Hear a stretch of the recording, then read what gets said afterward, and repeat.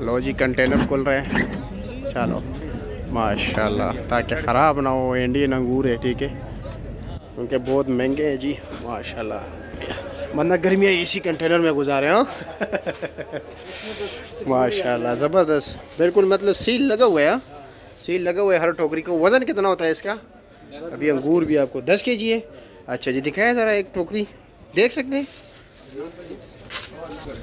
चलो जी माशाल्लाह ज़बरदस्त, वाह वाह। ये लंबाई देख लीजिए भाइयों, लंबाई देख लीजिए, ठीक है। ये लो जी 10 केजी है टोकरी समेत 9, ये तकरीबन 2 इंच का जो है ना अंगूर है। इसका रेट क्या है? 8,000 रुपया। 8,000 रुपये का आपको 9 किलो जो है ना अंगूर मिलेगा। ये अंगूर देख लीजिए, क्वालिटी देख लीजिए, सुंदरखानी अंगूर है, ज़बरदस्त, बिल्कुल फ्रेश है, ठीक है। नीचे तक यही चीज़ होगा, क्योंकि बाहर से या यहाँ से जाता हो या वहाँ से आता हो, कहीं से भी माल जो है ना उसमें इतना नहीं। हाँ अलबत्ता माल रुक जाए रास्ते में तो फिर एक अलग बात है, ठीक है। हाँ फिर मसला बन जाता है, ये बात है।